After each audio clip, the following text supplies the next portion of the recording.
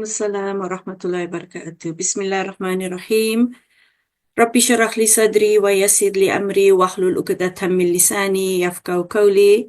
Respected sisters and brothers in Islam, to the organizers TAIF, to all the delegates and also my SANZAF colleagues, Assalamu alaikum wa rahmatullahi wa barakatuh. I am indeed honored to participate in this interesting program, and particularly on a subject very close to our hearts, being the third pillar of Islam, Zakah. But allow me to first and foremost extend a Ramadan Kareem to all of you. May the Almighty accept all our prayers and our good deeds during this month. Inshallah, may we emerge from this month with hearts full of gratitude, renewed purpose, and a stronger bond with our Creator. Amin, inshallah. I think this is the first session of the training thus far that is in the month of Ramadan. So I thank you all for being here this morning. So inshallah, I'll start with my session, which is the fourth session. So to date, we have covered the fiqh of zakah, the maqasid of zakah. We also touched on the conditions of zakah, beneficiaries of zakah, and we spent some time on the framework for calculating zakah, touching on personal zakatable assets and business zakatable assets. But this morning, our session has two parts. As you can see from the content page on the screen, we will touch on zakah in the digital era and offer our humble view on how technology and digitization is influencing and shaping zakah management. This is definitely a contemporary issue and most certainly work in progress for many zakah organizations, including ourselves as SANZAF. So this presentation will cover SANZAF, the case study, in other words, what we are doing in this space, but it will also have a second part of it, which will be frequently asked questions. Next photos. And in the frequently asked questions, we selected about 10 of the most common questions that are posed to us when we deliver our zakah workshop. So generally, when we do this and everything that you've been exposed to in the past 3 weeks gives you a greater sense of understanding the basics of zakah. And we have found once we've been through those steps that people have developed an understanding of zakah that they now wanting to explore a little bit more into the particular nature of applying zakah and also clearing their conscience in the sense of now I know more, so what should I do? And also the content that the questions is based on was covered by my colleagues, and alhamdulillah they are online this morning if you're wanting to explore some of those topics a little bit more. But firstly, our topic, zakah in the digital era. Let's take a look at how digital and the automation through technological advancements have impacted our everyday life. You know, it has evolved significantly over the past 60 years. And I think primarily technology was used mostly by the military and not really impacting our everyday personal lives. But it has evolved to now impacting our every day, from our personal spaces to our business spaces, through digitization, and also technology, where it is today, can anticipate our behavior and decisions and to some extent forecast and influence our future. So I think whilst the evolution and growth of digitization can be tracked back to the 1960s and show a progressive development over the past few decades, what is significant is that the developments over the past few years have been aggressively more than possibly the collective first 50 years. So we've moved to a stage where in the 60s we were pretty much infants with a lot of curiosity, but I think very little engagement, to developing into teens and even adulthood, where there's a lot more engagement with technology, where we become comfortable with technology, and the more we utilize it, the cooler we were. So it moved from being a nice to have to being an integral part of our lives, and more so an integral part of business functionality. And it has enabled globalization and placing information at our fingertips. And this particular session is indicative of that. We have people from around the world using technology. We are able to share information and engage and have conversation that will enhance all our lives, inshallah.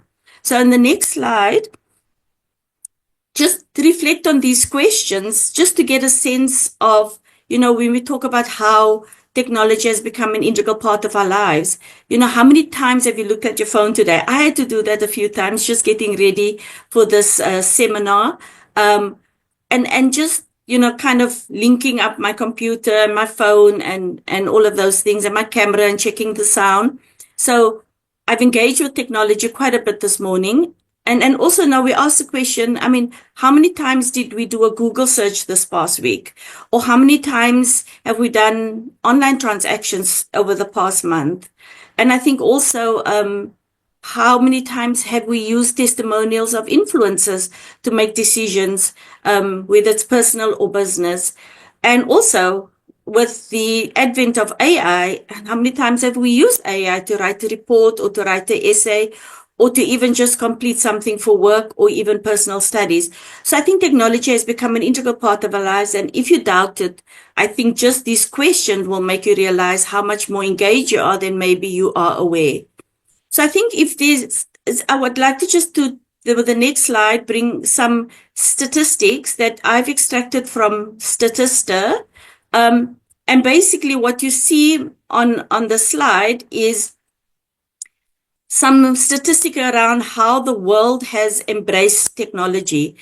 At the moment, we have 5.5 billion internet users worldwide. Of a population of 7 to 8 billion, it's around 68% of the global population that's on the internet worldwide. Average online usage is 7 hours a day. And I must just make this comment in the purple bubble, as you can see there, that the country with the highest usage of the internet is South Africa. Here we are at the southernmost tip of Africa. South Africans spend 9 hours on average a day, and we're followed by Brazil and the Philippines. So also, I spoke about Google searches earlier. 6.3 million Google searches every minute, which is 14 billion Google searches per day. And I think we can all, reflect on how we add to that number.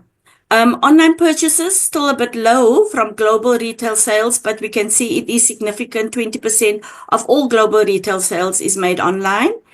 We have 7.2 billion smartphones in the world, so it's almost equal the population in the world. So there's technically probably people that own more than one smartphone. And also, Google's DeepMind AI system has the ability to lip read and to play video games. That for me is kind of where the world is going in terms of what we're seeing in the latest developments. And also in LinkedIn, if you go onto LinkedIn, the 10 most in-demand skills are related to technology. So it clearly shows us that the world is moving in that way, and we're living in a more digitally connected world. We are also trusting digitization more and more. I think initially when it started, we were very reluctant to go online and put our credit card or any of our personal information, but we are starting to trust it more and more. And it's advancing at such a rapid pace that we sometimes don't even realize this. So I think what we can say, the future of technology is both exciting, but also sometimes scary. Perhaps for many of those who are technophobes and not so techno savvy, and you literally can't escape it. It's around us wherever we go. So I just want to look at some more statistics. And this is taking a snapshot of the South African financial services sector, just to look at how the fintech is prevalent in South Africa. So in South Africa, 85% of our population has an account with a financial institution. And I think that is because the majority of our population is urbanized. About 45% has a credit card, and that obviously opens up the door for online purchasing. And 36.6% of our population has mobile money accounts. So there's definitely a movement of funds through technology.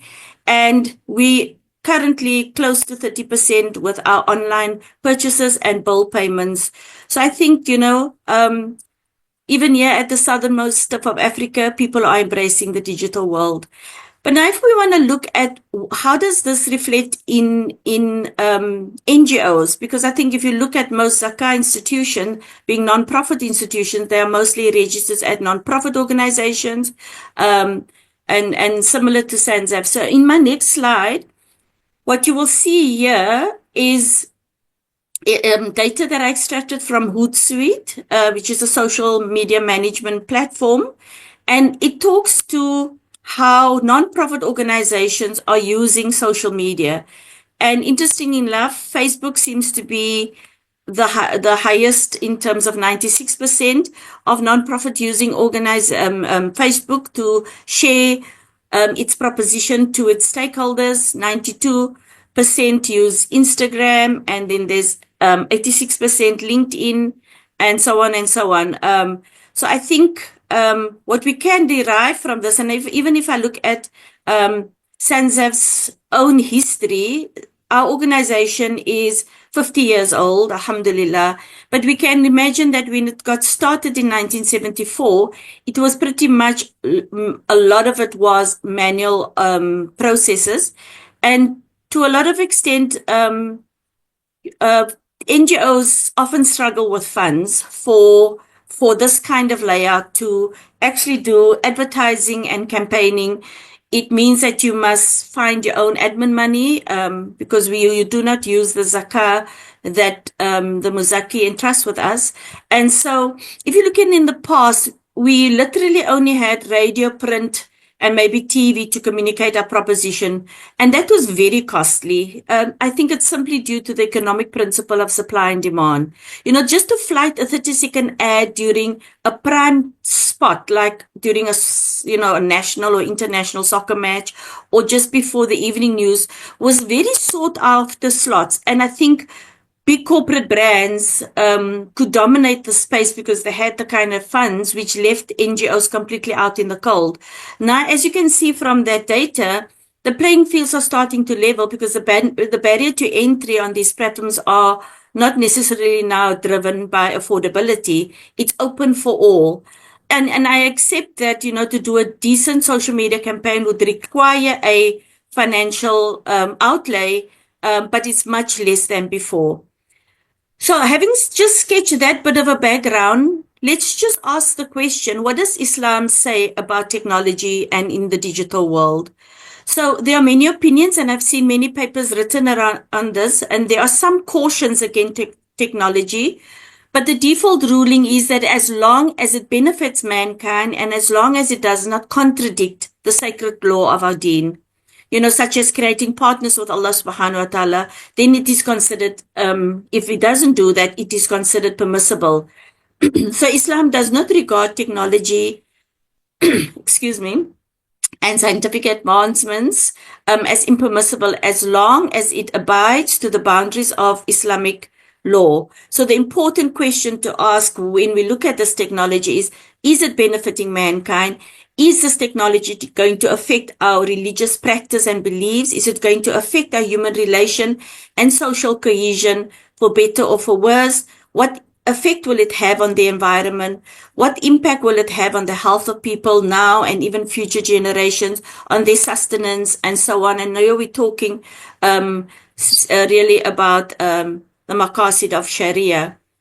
So this does not also mean that the rulings on individual technologies and their purpose and the use is always going to be permissible, because the ruling is subject to change because it depends on each scenario and its purpose. For example, an app that is designed to facilitate gambling, for example, would be deemed haram.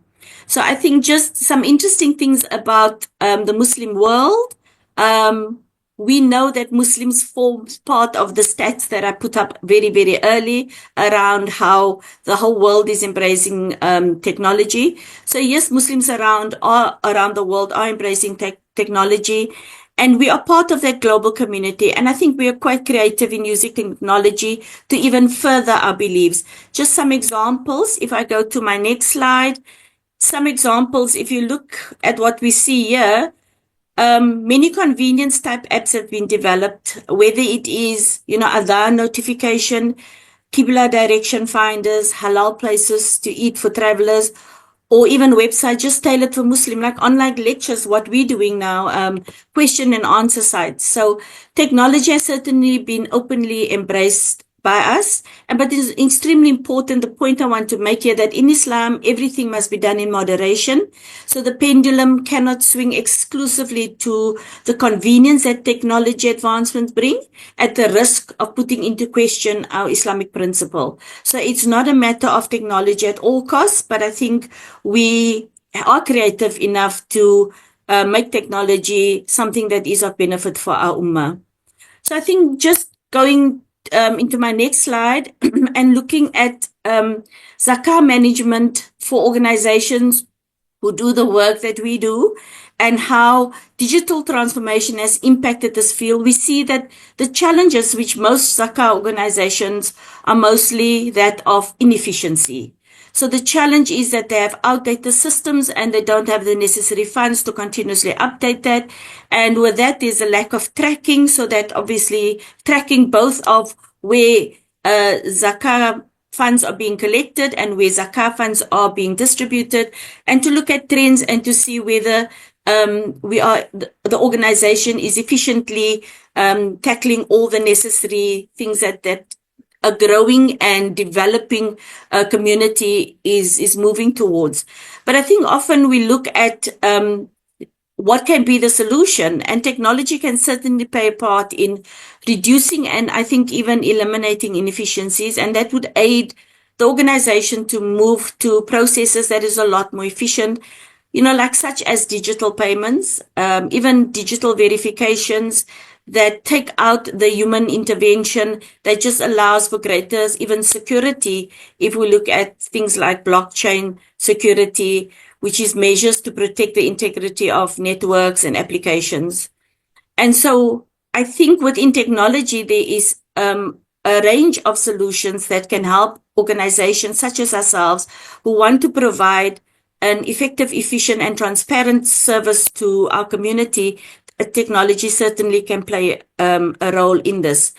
I think just the next slide, to shape zakah management in this era that we're in and beyond, I picked up some just interesting trends, digital trends that would be useful for us in terms of zakah management. And I must just disclaim here that the source of this information was ChatGPT. So I asked ChatGPT, what are the most common zakah management trends for now and going into the future?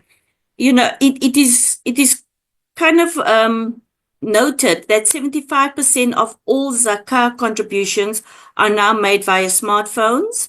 And we can deduce from that, as I said earlier, that the Muzaki is embracing the digital world. So there could well be an expectation that the organization to whom they entrust their zakah funds to must be looking to enhance their services through technological advancements, because they too are techno-savvy. And also, zakah management organizations should consider the following, kind of using blockchain to secure traceable zakah funds, putting in place policies, processes, and procedures for accepting halal zakah in the form of halal cryptocurrency, and using AI to help identify the asnaf and to prioritize mustahiq in terms of their needs, and specifically in times of natural disasters. If you can use technology to help prioritize where the needs are, and also develop systems to aid the distribution process so that we eliminate fraud and duplications, which sometimes does rear its head. So now I'd like to just maybe look at the SANZAF model, just to give you an idea, if I may share with you just a bit about the snapshot about SANZAF.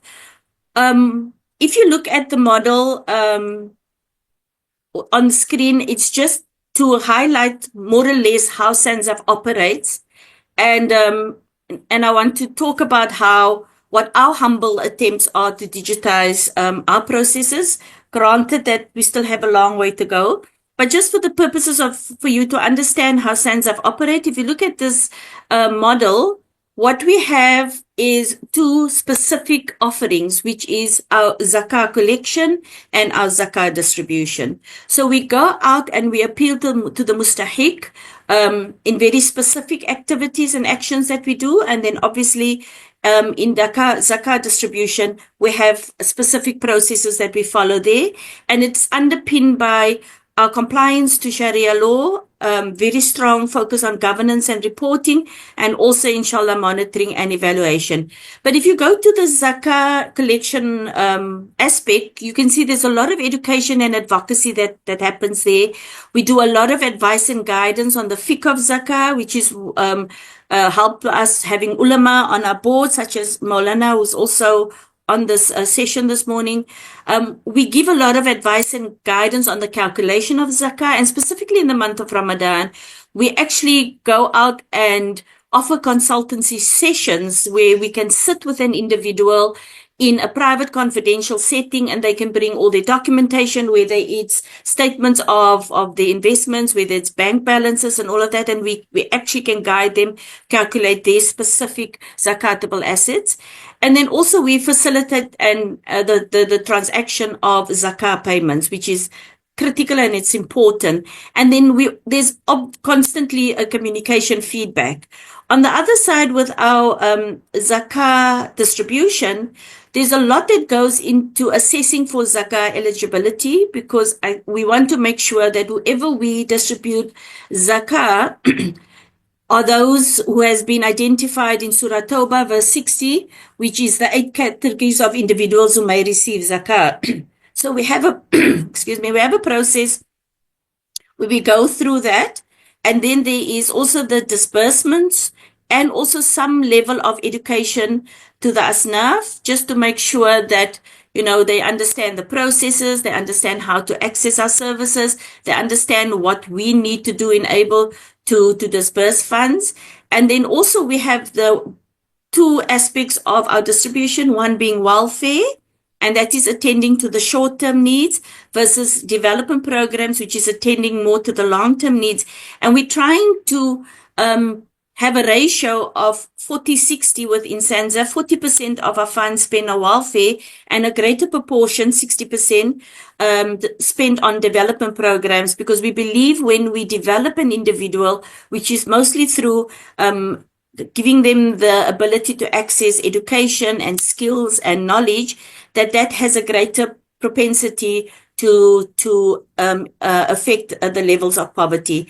And then obviously there's the monitoring of the outputs to see which of our programs works and which doesn't works, and then inshallah evaluate for the impact that we are able to make in people's lives. So if you look at that model and you go to the next slide and look at the orange bits that I've just kind of indicated there, is to show which of these steps we've been able to digitize. So just from a quick glance, you can see that the aspects where we deal with the muzaki, the zakah payer, almost all of that has been digitized in some way or the other. Versus the parts with the mustahiq, we still have a way to go. But I'm pleased to say, inshallah, that by the end of this year, there will be more orange on the right side of the slide. We are currently also rolling out a case management system where all our zakah distribution efforts will be recorded online, which will give us rich data. And I think from there we can take insights to enhance our engagement with beneficiaries and obviously to see where we can improve our services. And just some examples on the next slides of just the orange parts that I've indicated. You know, just online, we actually provide the muzaki with daily nisab prices, so they're able to see whether they become eligible now to pay zakah. We have an Ask Maulana kind of conversation where you can put in a question if it's specific to you and none of the material there is sufficient to perhaps tackle your peculiarities. There's an Ask Maulana function. There's also a zakah calculator, which I think we've done quite well with, in the sense that I try to put just a little snippet of it there. we try to develop it in such a way that it also serves as a reminder of the various categories that you could potentially hold zakatable assets in, so that if in case you have forgotten, so we would kind of list things in there, like your gold, your silver, any money that you have, any investments that you have, any retirement savings that you have. So even if you've perhaps forgotten, the calculator is designed in such a way that you are also reminded. And if you don't have, obviously you would put in a zero. But towards the end of that process, we have a calculate your zakah and pay your zakah. And that whole payment of zakah then gets facilitated through, the next screen that you go to would be a payment functionality. Also, we do a lot of Zakah advocacy. These are just some of the things that we do. Zakah Q&As, Let's Talk Zakah. We're on radio constantly. We put out YouTube videos. And so I think just from using social media as part of embracing digitization, we've done it, as you see, mostly from the education and encouraging the payment of Zakah. And inshallah, we've set ourselves a target to complete the other aspect of what we do and have it being a bit more orange in the future, inshallah. I think so. So just last thoughts to leave you with on this section. Considering some of the ideas that we have come across and ideas of how technology can further enhance your experience with our stakeholders is, we were playing around with this idea, and I think the marketing department is quite excited because, they have this field to dabble in. And there's an idea that perhaps in the future, we can consider metaverse-based giving, where people have these VR headsets and we can give them visual imagery of where their donations have gone to, so they can literally feel an affinity for the projects and they can see it firsthand, and we can, to some extent, make it real for them. Also, AI chat box for Zakah queries. So if we can turn the Ask Maulana in an interactive chat box that they can go onto our website and it's real time. As they ask the question, they get the answer. So have these speech bubbles. I think you're all familiar with that. So that we can also expand to the topic of zakah. And also, in terms of the Internet of Things for impact tracking, I think here we're talking about, all those connected devices and sensors that collect and exchange data, things that, include everyday objects. I think sometimes you think about it, your cars, your vacuum cleaner, even your fridge, when it knows that it's empty, that it can immediately place an order with the supermarket and it comes through a delivery service. So inshallah, we're looking at how we can track things like that on the Internet of Things, so that we make the lives of the muzaki, the mustahiq, and ourselves a lot richer through this, inshallah. And my last point on this before we go to the second section, there was in the Islamic Social Finance report published by Islamic Research and Training Institute. It was an old bit of research in 2017, but it really, I think, encapsulates something that we need to focus on. It says that the potential of Islamic social finance remains unrealized due to weak systems of zakah collection and distribution. And I think, if we are honest with ourselves, we will agree with this, that sometimes our systems are weak when it comes to zakah collection and distribution. And often we would have the argument that we don't have the funds that the big corporates have just to buy a new system. But I think we need to look at how we can enrich the lives. And as I said, there's ways to do this that is not as costly. And we know that there are gaps in our zakah management systems as a zakah management industry. And we really have to look at how technology can be explored to help address these gaps, inshallah. And I think, as a closing remark of this section, I would say that embracing technology to increase efficiency for zakah management organization is extremely important. I think not just for our own survival as an organization, but more so for fulfilling the important amana of serving the third pillar of Islam. So with that, it brings me to the end of our first section. I'm not sure if there's questions or comments before we go on to the next one, or if it's better if I continue and we take questions and answers after. Yes, it's Mira. Let's do that. We'll do the Okay. question. Okay, great. So my next section is what I mentioned at the beginning, is that we often find similar questions coming at the end of a workshop. So in other words, Fairuz and I often share a platform, or also with Maulana, and we find that towards the end of the session, as we've deliver what you've all been exposed to over the first 3 weeks, these are quite similar questions that we get from workshop to workshop.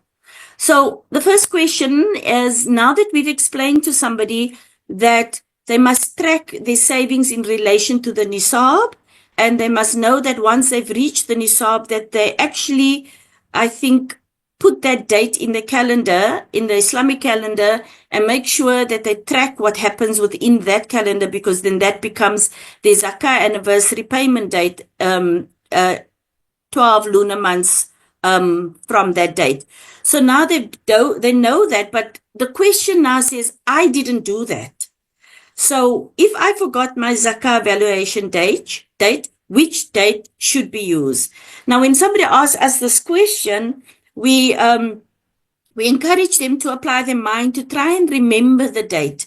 Even if they can only remember the date according to the Gregorian calendar. So, for example, there was a life event. I received an investment payout, and that I know was what put me into the category of a zakah payer now, because it was excess wealth, and the net surplus of my wealth was above the nisab, equal to or above the nisab. You can always find a way of finding the Islamic date that relates to that Gregorian date. So maybe if it was inheritance, you more or less know when this event happened and how long it took before you maybe receive funds. So that's our first recommendation. But if you do not have such memory regarding a particular date, and then what we encourage is that you specify a date according to the lunar calendar, and thereafter that date will be considered the day on which you became the owner of the nisab. So I think firstly we try and ask the individual to first, you just go back in history, even if it is a bank statement that you can request because you posited funds in the bank, and you can ask your bank manager and you can go through that. But if not, you can then specify a date that you feel more comfortable with, but make sure then thereafter that you consider that day every year and do your calculation on that date. We always get the question also, if I incorrectly calculated my zakah, what must I do? So obviously the first thing that we encourage is to fix the error.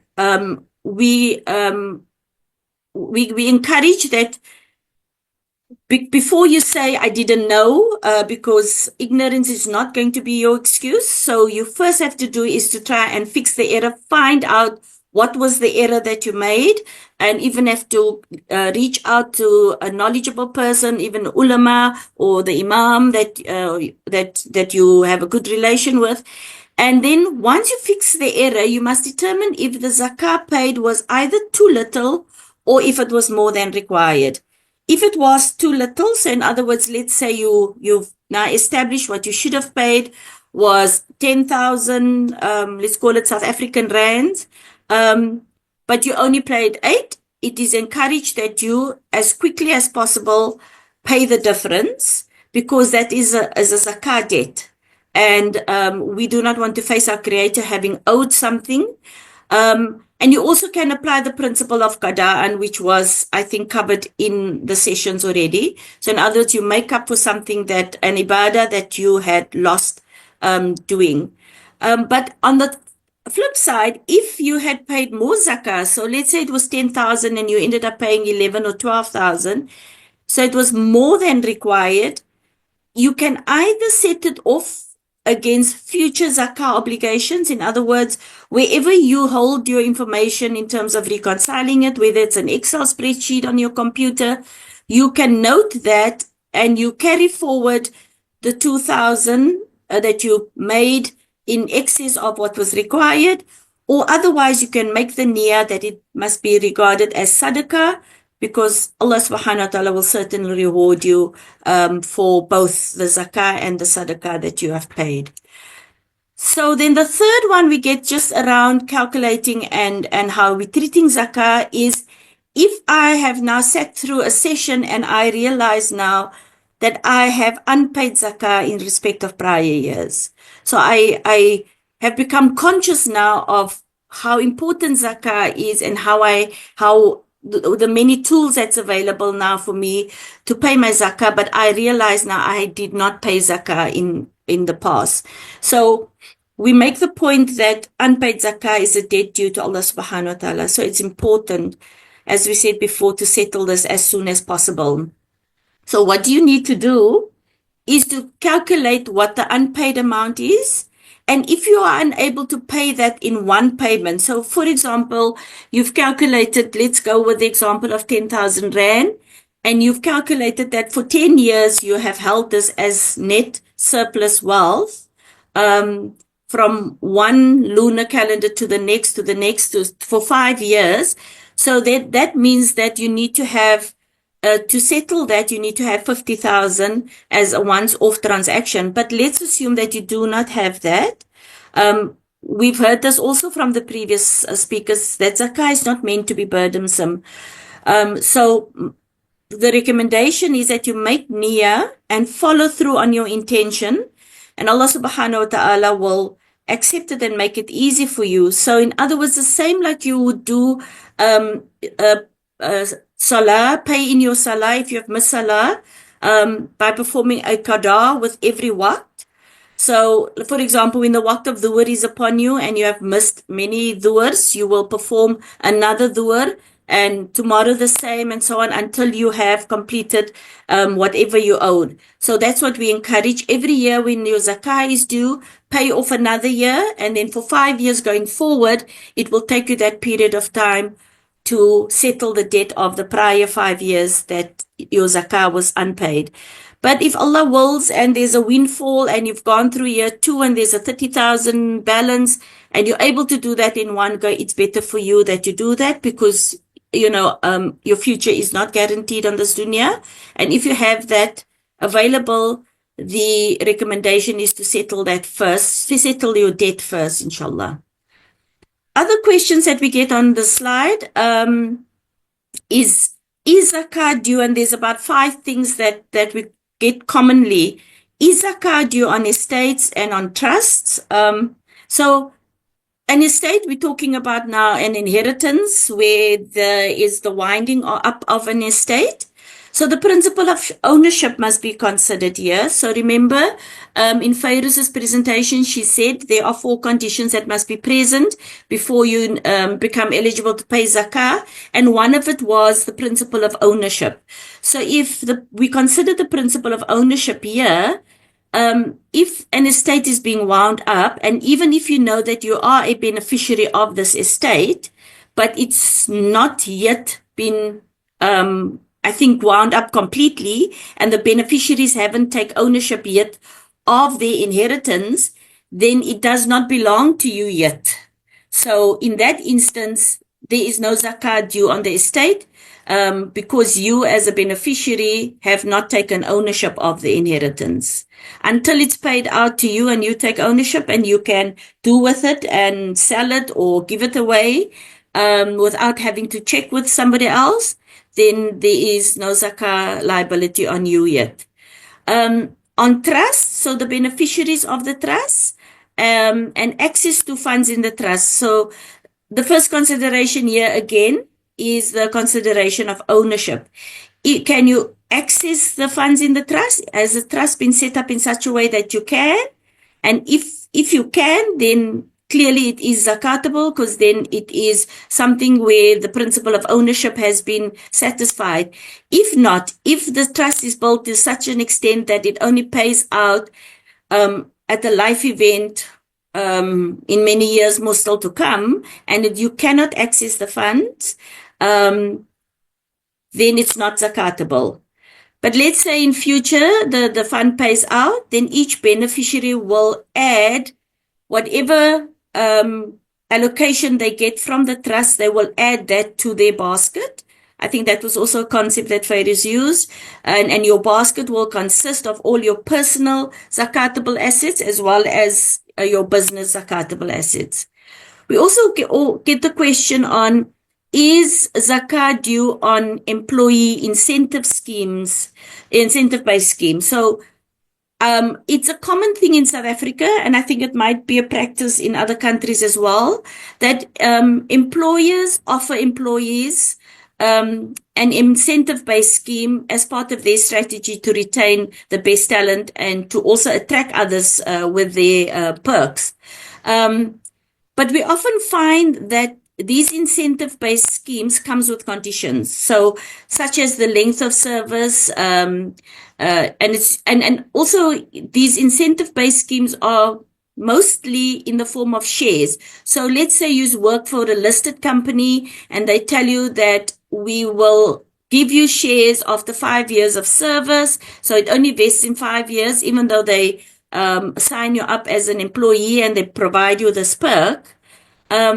And the shares only becomes payable to you after, let's say, the 5 years of service. So when the shares have not vested yet, you technically do not have access to it. So in other words, you cannot cash it in or even trade with it because it isn't quite yours. So zakah is then not payable. However, when it matures and it is transferred into your name, it forms part of your wealth. And depending on what you intend to do with it, like you're not spending it immediately on the day that it vests and you're cashing it in. If it's going to sit in your bank account as cash, yes, then it is zakatable in that category. And if you use that to buy a property for rental income, then as you've heard from previous session, then the net rental becomes zakatable. So in other words, what we are saying is if there's a condition on an incentive-based scheme that doesn't give you access immediately, even though it is something that's been offered to you, then it's not zakatable. But the minute it vests and you're able to do and transact and access it, then it becomes part of your zakatable assets. Zakat on offshore investments, the answer here is yes. Zakah is due on offshore investments. I think it doesn't matter in terms of geography where your wealth sits. If it's yours and you fulfill the 4 categories or the 4 conditions, that of growth, of ownership, of the nisab and the whole, then yes, zakah is due on offshore investments. And often because offshore investment is in a foreign currency, you need to, when it's your zakah calculation date, you convert the value of the foreign currency to local currency, and then you add that to your zakatable wealth. We've had the question on crypto assets answered last week, inshallah. And so, yes, cryptocurrency, those that we believe is and have received advice from ulama and sharia bodies, those zakatable cryptocurrencies are, those halal cryptocurrencies are zakatable. And I think we get so many, we get, exchange tokens, we get security tokens, we get asset-backed tokens, governance. This is a growing field. So as we talk about cryptocurrencies, I think there is just, in this ecosystem of currencies, there's just developments constantly. So the zakah clearly will depend on, obviously, the underlying assets of the company, but just to make sure that in your setup, in your country, or whatever crypto assets you are invested in, it's important that you speak to your ulama, your sharia bodies in your country, if they have a view on that particular cryptocurrency. And if it's halal, it's zakatable. The last slide is, can I delay my zakah payment? So we know that Allah subhanahu wa ta'ala obliged us to uphold the 5 pillars of our deen and to perform these rites of worship when their time is one of the conditions that is set with these 5 pillars of our deen. If you look at our salah, our fasting as we find ourselves in the month of Ramadan, and also the Hajj, there is a waqt for all of those. So when your zakah calculation date comes, that is your waqt for paying your zakah. So the one who misses it not only loses the reward, but also bears the burden of it being a sin for not fulfilling that. And if you don't fulfill that and you have the ability to do that, then you also remain in debt to Allah subhanahu wa ta'ala. So it should be avoided at all times to pay it promptly, to hasten to pay your zakah. However, if there's a valid reason, then it is recommended that if the non-payment, for example, is due just purely negligence, you forgot, it's important that you seek firstly Allah subhanahu wa ta'ala's forgiveness for this transgression and that you therefore make the payment as soon as possible. And if the non-payment is due to your wealth circumstances, so let's say your wealth has changed during this time, then the muzaki must determine if the whole needs to be changed and if they are no longer eligible to pay zakah. But I think the most important thing here is to say that it is not recommended to delay your zakah payment. Another question that we get, can I pay my zakah in advance? And I think there's two considerations here. Firstly, most scholars advise that paying zakah on its due date is preferred to paying it in advance, as you do not know what the future holds. And I think the second consideration is the example we usually use for those individuals who do not have the cash flow to pay their zakatable wealth when that wealth is maybe locked up in an investment that they cannot access. We often advise these individuals to do an estimate. If you know that, let's say, a retirement annuity in South Africa is zakatable, but it's not accessible. In other words, you cannot access the wealth that's sitting in there. And sometimes a retirement annuity is the only wealth that a person may have. And let's say they've worked for 20 odd years and what's in their zakah, in the retirement annuity is something like maybe 500K, but they don't have the cash from their monthly salary to pay that at the time when zakah becomes due. So what we have in South Africa as a prepayment consideration is a debit order, which is kind of a disciplined monthly payment that comes off your bank account. So let's say your zakah is maybe make it a big sum, 10,000. Let's use that example again. Your zakah is 10,000 and you know it's due, let's make it easy, in the month of Ramadan. And you know during this month you won't have 10,000 Rand that you can take from your earnings for that month. Then you take that and you say, for my Ramadan coming up this year, I'm going to need 10,000. So I'll start with a debit order a year in advance and make it a sum that is manageable for me every month. So let's say make it 700 Rand every month. And so by the time I get to month of Ramadan, I would have paid a significant amount of that 10,000 Rand. And the only thing I need to then do is do a reconciliation and pay the difference. So it's making it easy for yourself. There's also different views from the different schools of thought. So the Maliki Madhab recommends that zakah can only be given 1 month in advance. The Hanbali view is that zakah can be given in advance for a period of up to 2 years. Imam Shafi says that you can pay in advance for up to 1 lunar calendar, which is the example that I just mentioned now, because that's the SANZAF recommendation. And Imam Abu Hanifa says that the person can pay their zakah in advance for any amount of coming years. But remember, the niyyah must be there and the reconciliation must be done so that you don't end up paying less than what is due. And then the last question that we usually get is, can I pay my zakah in kind? So we do know that zakah can be paid in kind. It does not necessarily have to be paid in cash, but there has to be a consideration that the goods that you do give in kind must meet the need of the mustahiq. And also, it must have the value that equates to the zakah that is due. So, for example, if you own a hardware store and you want to pay your zakah from your stock items, and let's say, for example, there's an item that hasn't really moved lately, and so you have excess stock of it. Let's say that is maybe cement. And if you choose to distribute the cement because you calculate so many bags equals my zakah liability, you have to make sure that that product is needed by the mustahiq. And we know the mustahiq has basic needs, which is mostly food and water and clothing, and even in terms of their household. So I think it must be a careful consideration that if you do pay in kind, is that the items that you choose to distribute in lieu of your zakah is products that are needed by the muzaki. So I think with that, that's the end of my part of the presentation. I think we have a few more minutes left. We have 8 minutes. So Jazakallah khair for affording me this just short of an hour with you.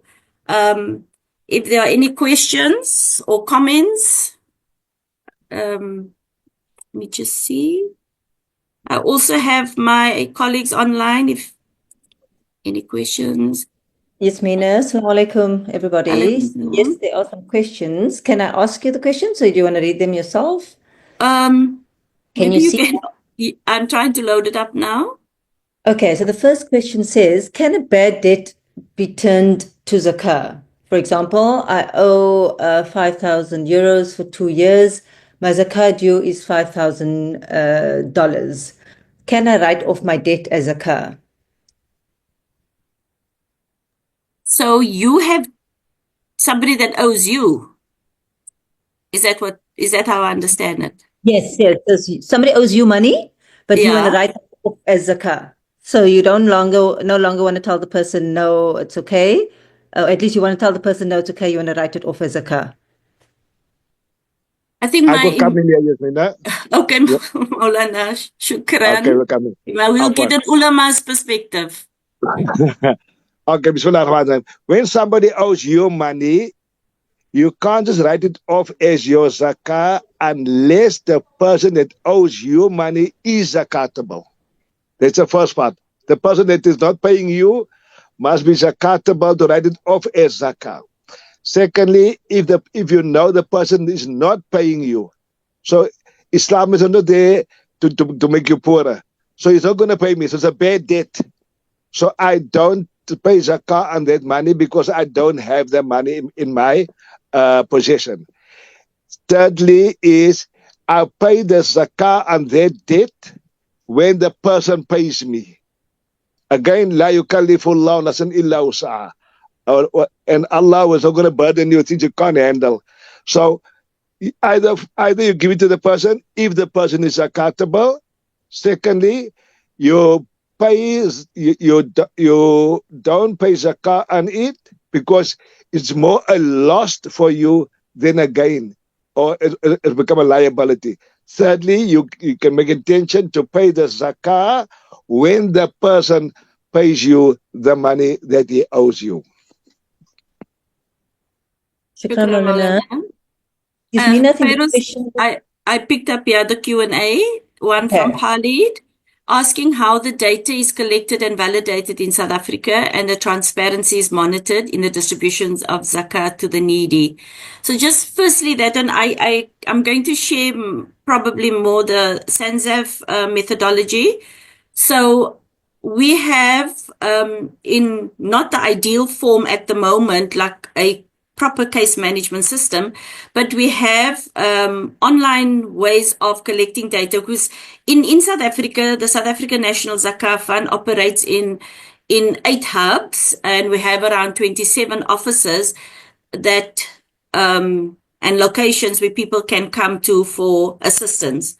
So within those offices, we have a network where we are able to share information with each other.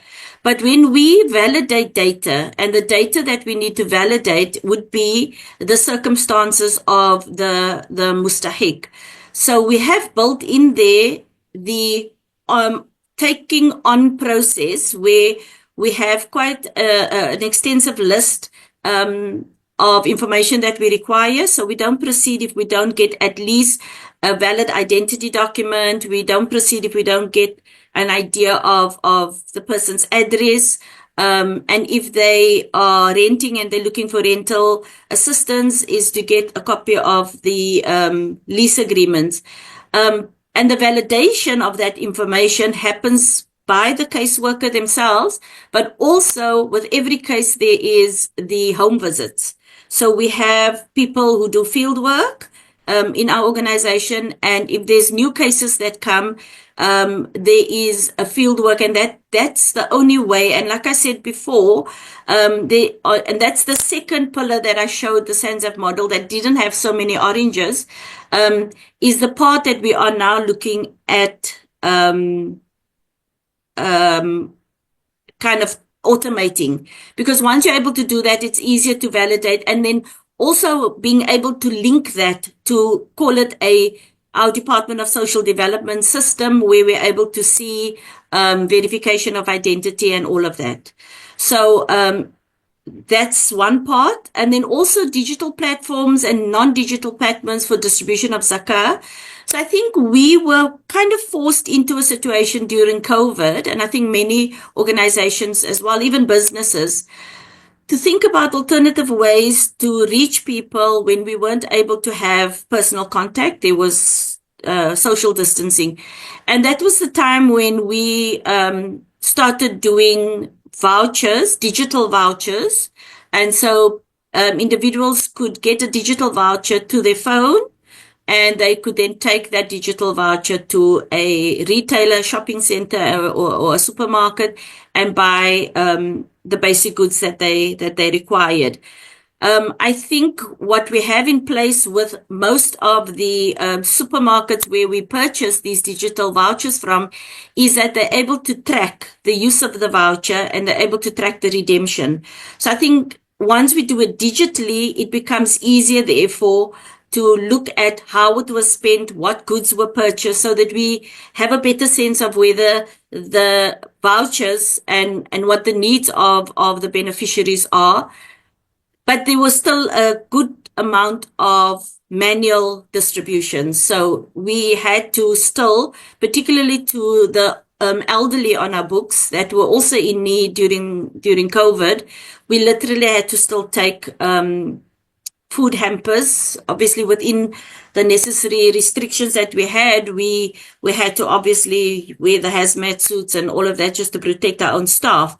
But I think the principle I'm wanting to point out here is there are some aspects that we can do digitally, and then there are still some that is still very much manual. And I think that for us is the challenge, because we often, feel that we deprioritize the service and digitization to the mustahiq, thinking that they don't have access to technology. But as you could see from the stats, how deeply penetrated technology is across the platform. So we cannot say somebody living in a rural area now, for a fact, do not have access to technology. If they have a smartphone, they have the internet, they have banking, and we are able to do that a lot more. It's about how we build our systems to be able to have all of those securities and transparencies in place.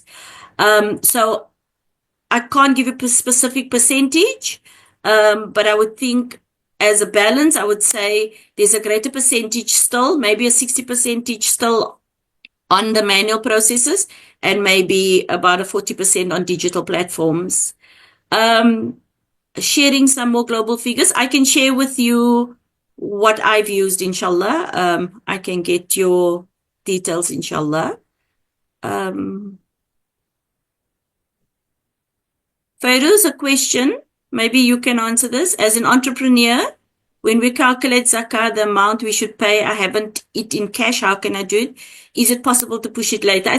Maybe I should just repeat the one where it says, regardless if you, just a perspective, whether you're an entrepreneur or whether it's only your personal wealth that you only have from maybe a salary, the rule applies to both, that it is best not to delay paying your zakah.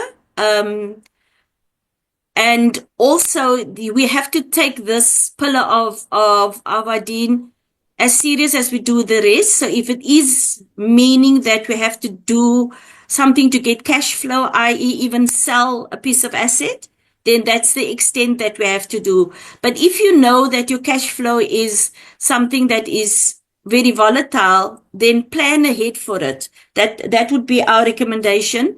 Plan ahead for it. You have a sense of what your assets and your wealth is, and you can do 2.5% of that and say, if my zakah is due in X month or so many more months into the future, let me make either your own disciplined savings or pay zakah as you have your cash, and then inshallah at the period do a reconciliation and do the difference. Faris, do you want to add to that? No, Yasmina? Oh, good. Okay, Shukran. good. So Maulana, this is a question you always get. So I'm going to leave it to Maulana to answer. If a person is deceased and they did not calculate their zakah properly, does the person inheriting the money, is that person liable to pay the zakah on behalf of the deceased?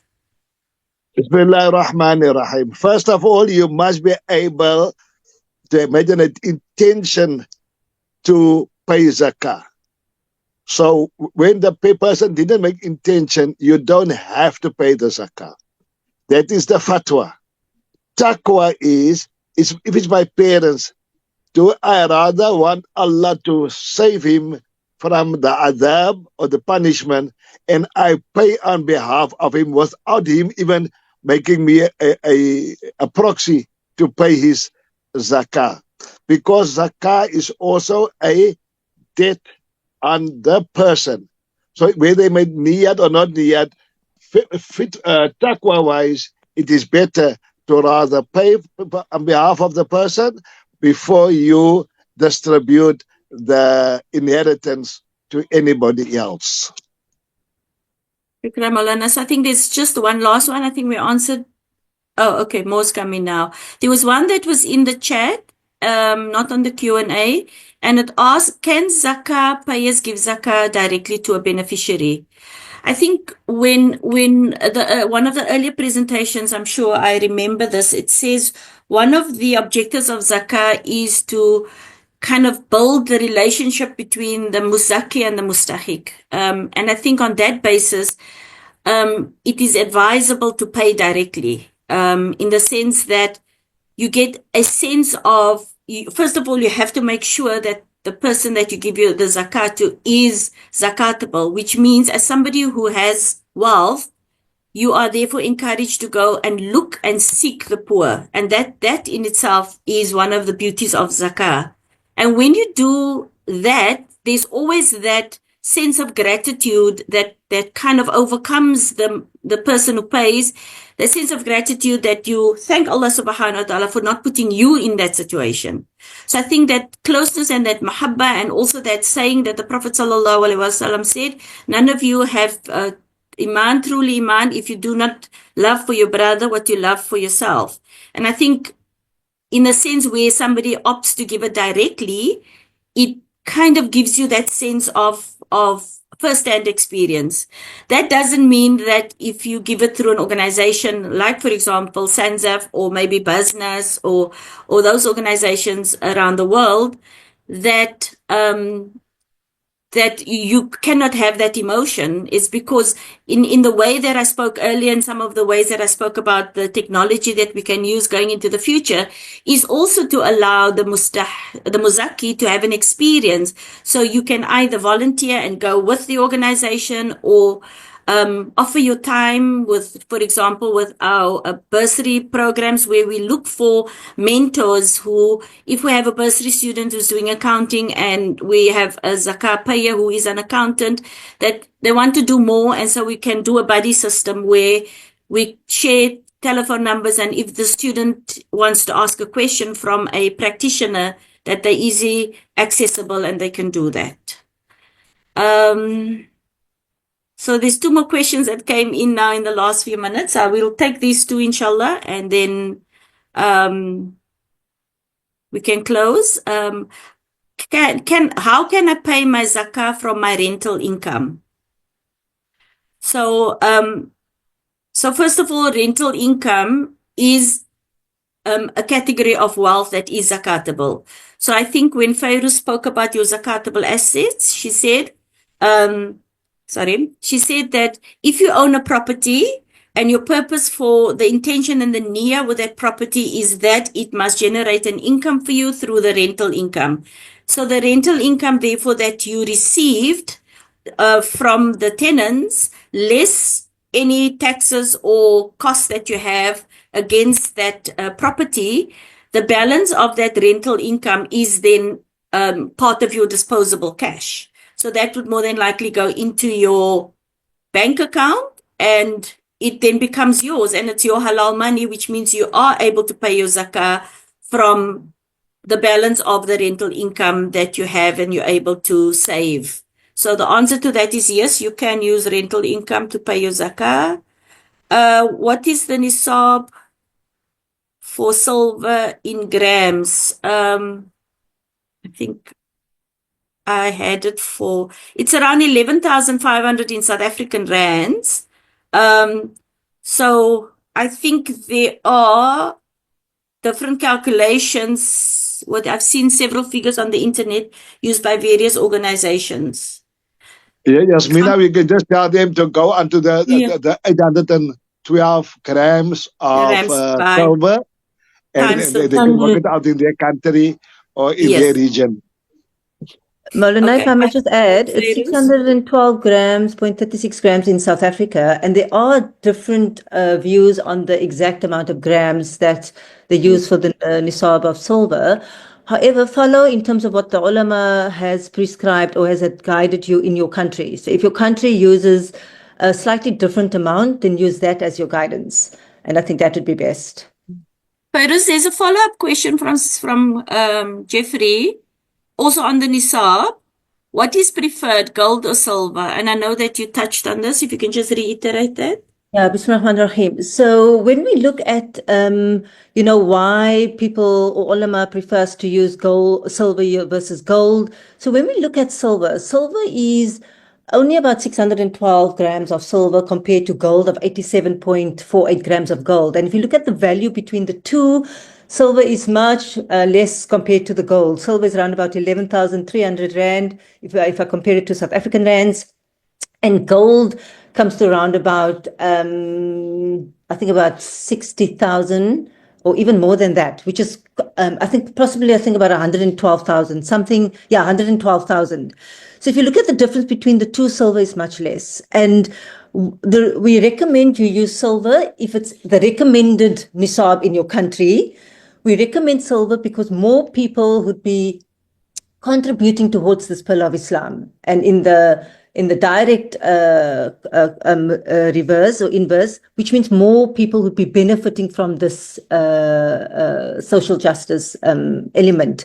And then lastly, we use silver because most of us has mixed wealth. We have gold, we've got cash, we've got debtors, and because of that, we use silver. So that is when we use silver. We cannot tell you have to use silver. So we always say follow the recommended guidance of the country.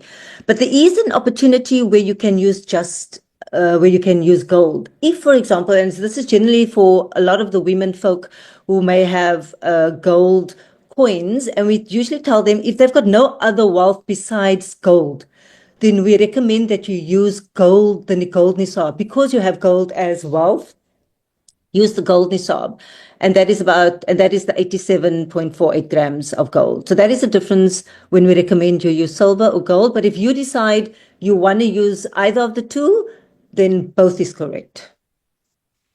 Shukran, Fairuz. Last question, Maulana. It's a follow-up from Mamadou on the question of the bad debt. In other words, if somebody owes you money, can you write that off as zakah? So the question here says, let's assume the debtor is needy and deserves zakah, but not in a position to repay it to me. Yes, Ms. Minda, it's important. Okay, so he is poor and needy. So I can write it off as my zakah to that particular person that owes me the money. Right? So the shart is the person you're writing it off to must be one of the 8 categories of zakah. Right? So you actually lessen the burden of him. He wants to pay, he's eager to pay, his iman allows him or forces him to pay, but because of his financial situation, he can't pay. So that zakah given to him, which already used perhaps, is now making his burden lesser. So it can be write off as zakah. Shukran, Maulana. I think that's the last one. Yes, Mina, I have 4 questions. I don't think it's on the list here. Yeah. I don't know if you want to answer them, or any one of us. If a crowdfunding project is in its early stages and has not yet generated revenue, does zakah still apply to my investment? Okay, so maybe if you take a capital investment that you have put in, that becomes your wealth. And if that is part of your wealth, you're not paying on the profits or on the gaining on the money which you have invested in, but on your capital, there is zakah on that because it is part of your excess wealth. Okay, Maulana, so when it comes to equity investments, so you invest in a business, for example, usually when it comes to capital, when you invest in a business, your capital generally is not zakatable because it's an investment. What maybe you need to look at is the underlying assets of that business. So look at those zakatable assets like your cash, your debtors, stock. That would be zakatable. So if this crowdfunding investment is still in its infancy stage, which means everybody's only invested capital, but nobody's acquired any zakatable assets yet in the business, then there wouldn't be zakat due on it as yet. But if this investment has acquired assets, like debtors, it has its cash in the list, etc. It hasn't purchased, obviously, because the capital could have been used to purchase infrastructure that are not zakatable. So only look at those zakatable assets that exist in this business, and you'd pay zakat based on those zakatable assets, based on your percentage of what you've invested in this crowdfunding investment. The next question says, let me just read it quickly. What's the best way to calculate zakah on NFTs or tokenized assets, especially if their value is speculative? Okay, so when you look at NFTs, which is non-fungible tokens, it depends on your intention, but also depends on the underlying assets itself. So say, for example, if you're purchasing to resell, then obviously that would be zakatable by its nature. But if you're purchasing for a long-term perspective, for a long-term investment, and your intention's not to sell, like, for example, if you look at many non-fungible tokens are like digital art, those are generally not zakatable. Another example could be, for example, if the token represents ownership in a non-zakatable asset like a property, and I think as Mina's also mentioned earlier on, that the property itself is not zakatable. Obviously, the rental income may be zakatable if it's still in your possession. But even if your intention is long-term, but it is the underlying asset is gold, for example, or it is an asset that is a medium of exchange, then by default, those would be zakatable, irrespective of your intention. Let me just look at the third question quickly. Should I calculate zakah based on the market value of my tokens or the underlying assets value? So generally, zakah is usually calculated on the market value if the tokens are tradable or if they are basically a medium of exchange, for example, like Bitcoin, then you would have to use the market value of those assets.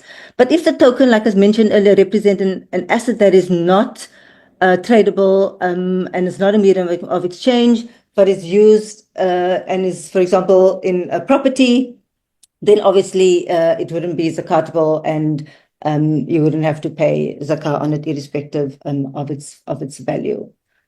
But then obviously look at if it's the token is if it's asset backed, then obviously you would have to look at those underlying assets by default and not on the market value. The last question: can I pay zakah using my tokenized assets, or do I need to convert them to fiat or crypto first? I think here we need to look at the need of the individual. Obviously, if the need of the recipient is of a need that they cannot, you cannot give them an asset that they are not in need, then obviously you need to change or transfer your tokenized asset to something that is in need that they can easily accept. So, say for example, SANZAF as well. If you want to, for example, donate your tokenized assets, we must be by the medium of accepting your asset. You cannot give us an asset that we cannot convert to the need of a recipient. So if you need to transfer it to something that they can receive in a currency, then that would be best, inshallah. I don't know if there's another question. I think there's one last question. I'm collecting a part of my pension contribution. Yasmina, I see you typing. Are you answering this? No, Fairuz, I'm just putting in my email address for anybody who may have further questions, because I think we're going to close the session and there may just be further questions. Okay, inshallah. So let me just answer this question Answer quickly. that one, yeah. Oh, it disappeared. So Oh, I couldn't read, and it had to do with pension fund or something, but I couldn't read the question. It disappeared. I think it said if I'm collecting my pension, can I Yeah. use, and I'm using of it, but it is the value of the nisab. Okay, So do they need to pay yeah. zakah? Yeah. So Yes, basically, obviously if you, yeah. okay, Yasmina, you can continue. No, you carry on. It's fine. So obviously, if you've met the conditions of zakah, so if your pension has paid out and is above the nisab, you have to make sure that you meet all the conditions of zakah. Remember, the one is the ownership, which obviously it will be yours. The other condition is it must grow, have potential to grow, so it's met the second condition. The third condition is that it must have reached nisab. So the attendee said that it reached the nisab. But the fourth condition is the nisab must have be held for at least one Islamic calendar year. So if you've never paid zakah before and you've now received your pension payout for the very first time, zakah isn't due on that wealth until next year on the date that you've received the pension payout. So just document the date so that next year this time zakah is then liable on your wealth if you've reached the nisab again. But if you pay zakah every single year and now you've received the payout and it's still above the nisab on your calculation date, then whatever you have, whatever you own, you'd have to pay zakah, including that pension payout amount as well.